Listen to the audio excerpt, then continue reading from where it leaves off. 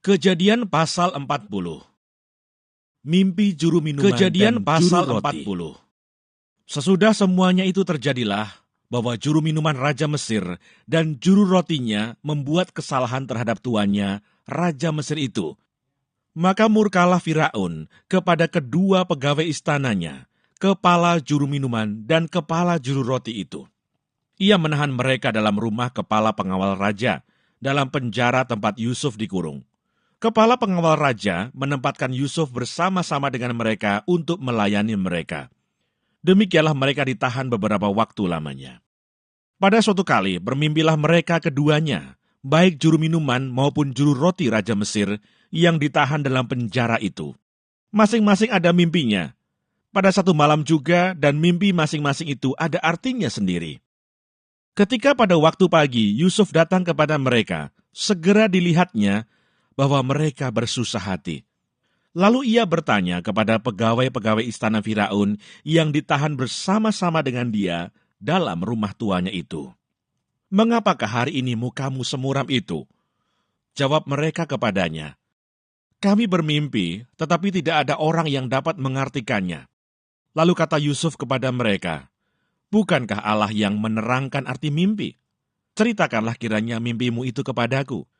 Kemudian juru minuman itu menceritakan mimpinya kepada Yusuf, katanya, "Dalam mimpiku itu tampak ada pohon anggur di depanku.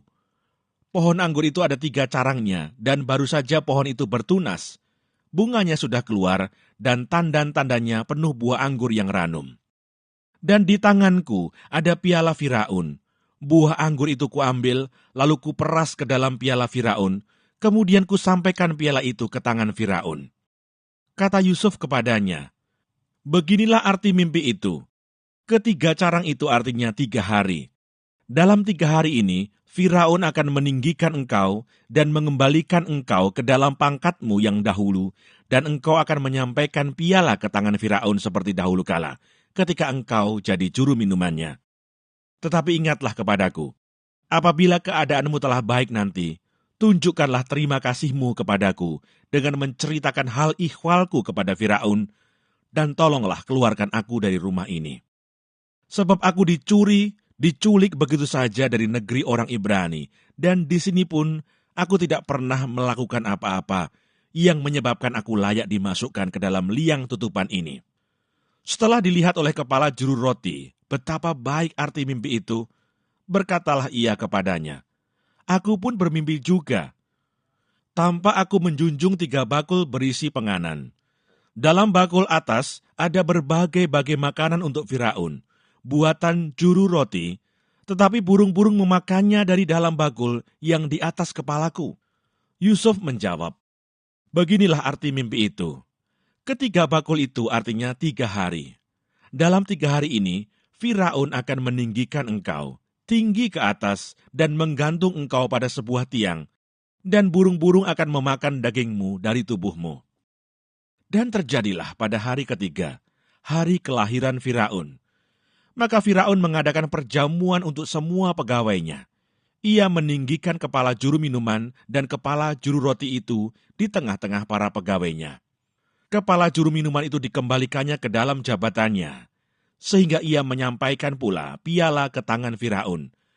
Tetapi kepala juru roti itu digantungnya, seperti yang ditakbirkan Yusuf kepada mereka. Tetapi Yusuf tidaklah diingat oleh kepala juru minuman itu, melainkan dilupakannya. Kejadian pasal 41. Mimpi Firaun. Setelah lewat 2 tahun lamanya, bermimpilah Firaun bahwa ia berdiri di tepi sungai Nil. Tampaklah dari sungai Nil itu keluar 7 ekor lembu yang indah bangunnya dan gemuk badannya, lalu memakan rumput yang di tepi sungai itu. Kemudian tampaklah juga 7 ekor lembu yang lain yang keluar dari dalam sungai Nil itu, buruk bangunnya dan kurus badannya, lalu berdiri di samping lembu-lembu yang tadi di tepi sungai itu. Lembu-lembu yang buruk bangunnya dan kurus badannya itu memakan ke-7 ekor lembu yang indah bangunnya dan gemuk itu, lalu terjagalah Firaun. Setelah itu tertidur pulalah ia dan bermimpi kedua kalinya. tampak timbul dari satu tangkai 7 bulir gandum yang bernas dan baik. Tetapi kemudian tampaklah juga tumbuh 7 bulir gandum yang kurus dan layu oleh angin timur. Bulir yang kurus itu menelan ke 7 bulir yang bernas dan berisi tadi. Lalu terjagalah Firaun. Agaknya ia bermimpi. Pada waktu pagi gelisahlah hatinya.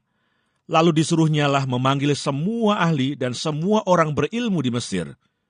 Firaun menceritakan mimpinya kepada mereka, tetapi seorang pun tidak ada yang dapat mengartikannya kepadanya. Lalu berkatalah kepala juru minuman kepada Firaun, "Hari ini aku merasa perlu menyebutkan kesalahanku yang dahulu.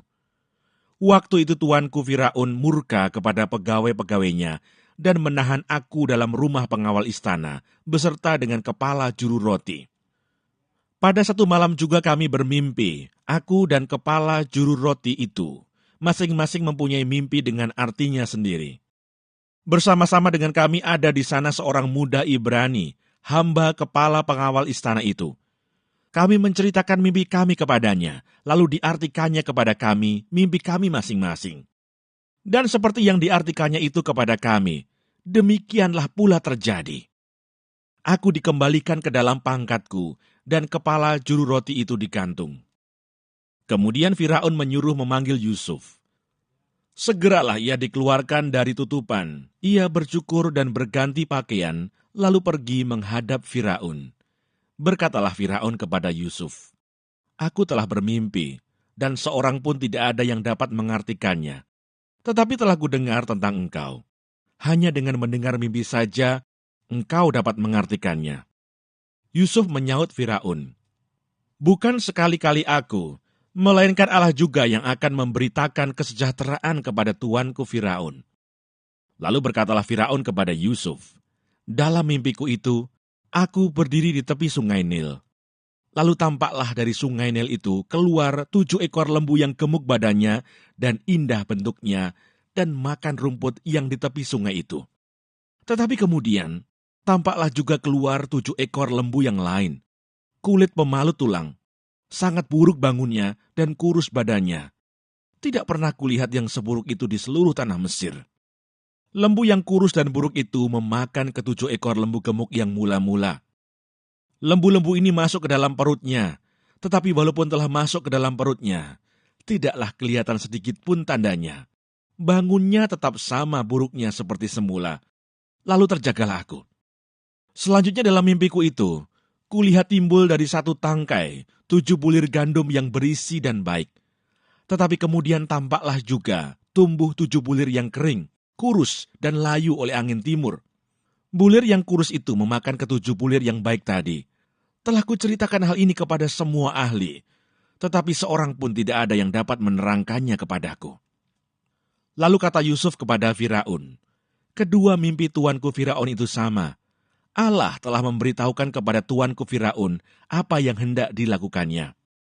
Ke 7 ekor lembu yang baik itu ialah 7 tahun, dan ke 7 bulir gandum yang baik itu ialah 7 tahun juga. Kedua mimpi itu sama. Ke 7 ekor lembu yang kurus dan buruk yang keluar kemudian, maksudnya 7 tahun.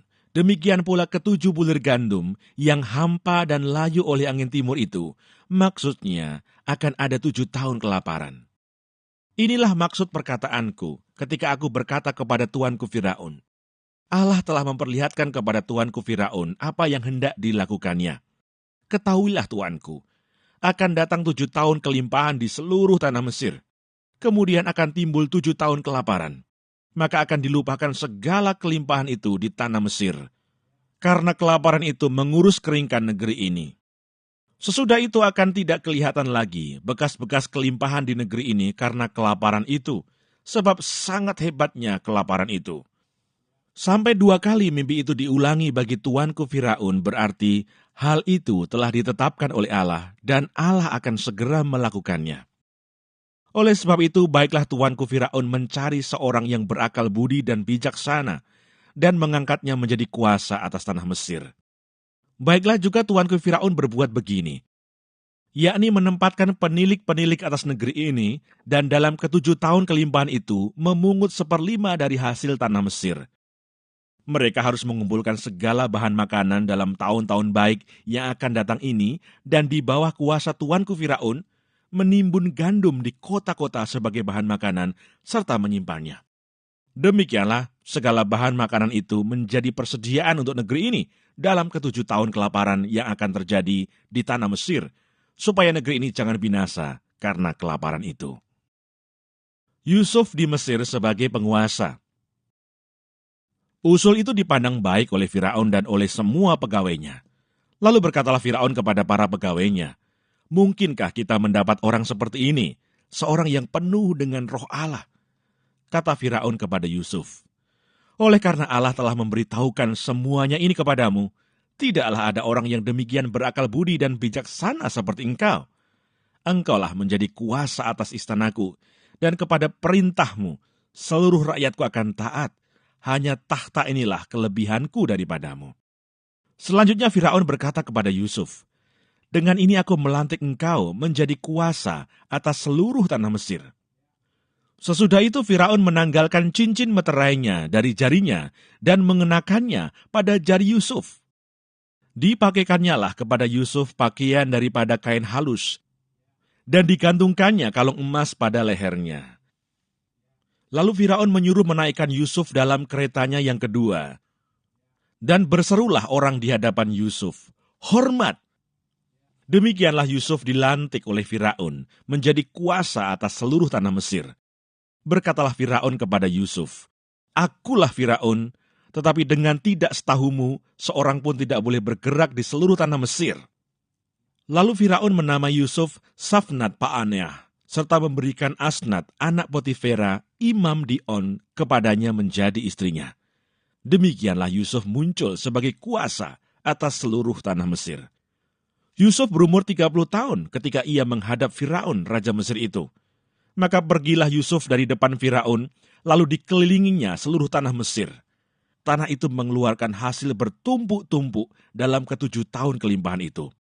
Maka Yusuf mengumpulkan segala bahan makanan ke-7 tahun kelimpahan yang ada di tanah Mesir, lalu disimpannya di kota-kota. Hasil daerah sekitar tiap-tiap kota disimpan di dalam kota itu.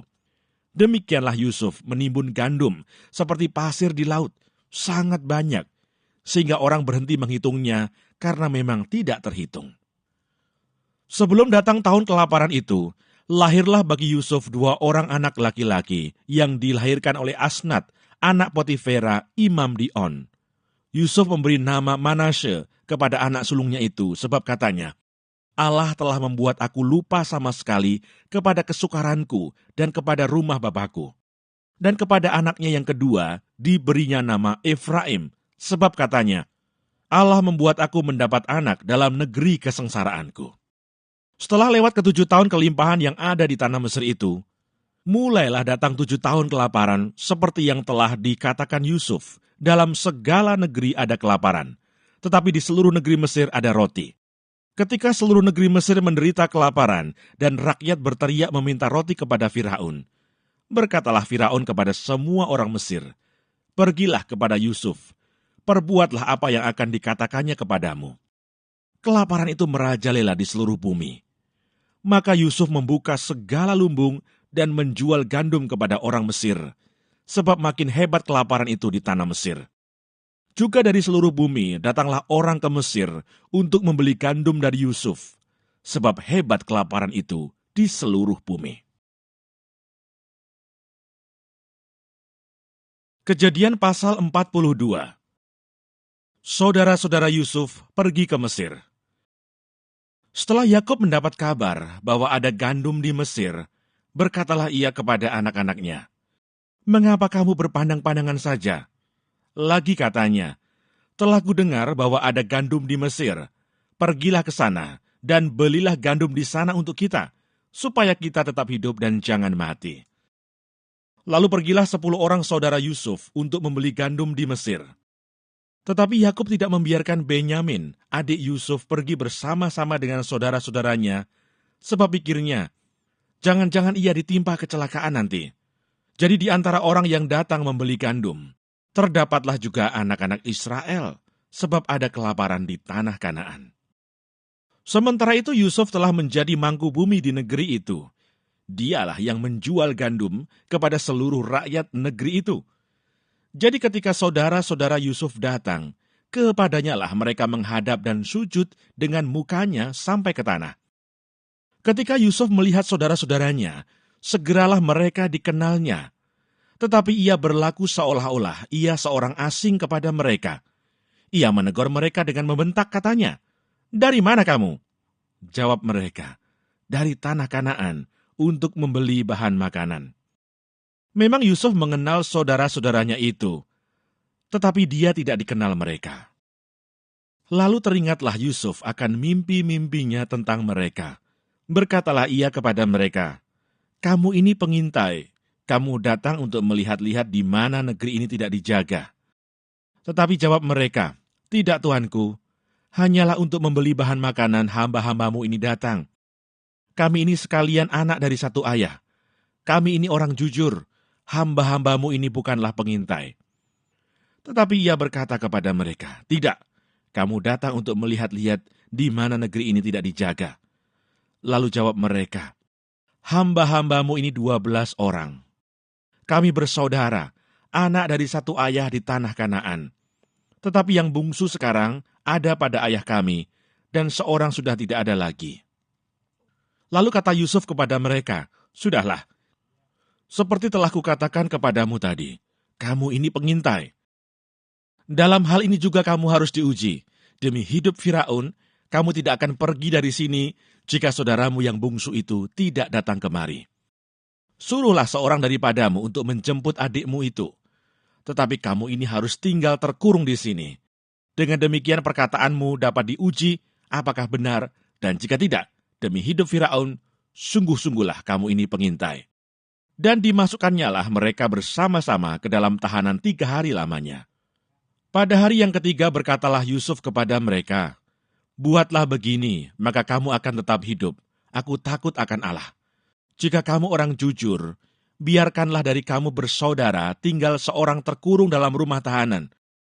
Tetapi pergilah kamu, bawalah gandum untuk meredakan lapar seisi rumahmu.